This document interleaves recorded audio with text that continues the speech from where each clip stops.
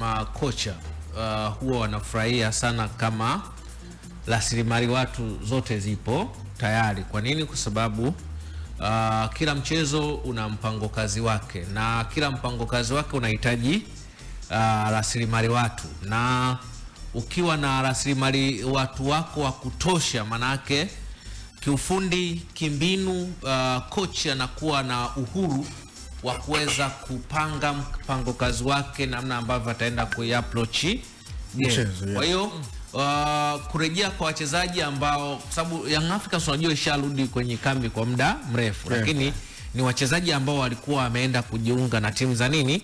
Za taifa. Wao ndo wamerejea, lakini timu ya Young Africans ishakuwa kwenye mazoezi kwa muda mrefu. Kwa hiyo hao wachezaji wanavyorejea, maana yake sasa inampa option kuwa na machaguzi kwa coach kwamba mchezo dhidi ya Mashujaa ni wachezaji wa aina gani ambao binafsi wanapaswa kutumiwa, ni mbinu zipi ambazo zinapaswa kutumiwa, kwa sababu kila mchezaji anaingia kwenye mpango kazi wa mwalimu.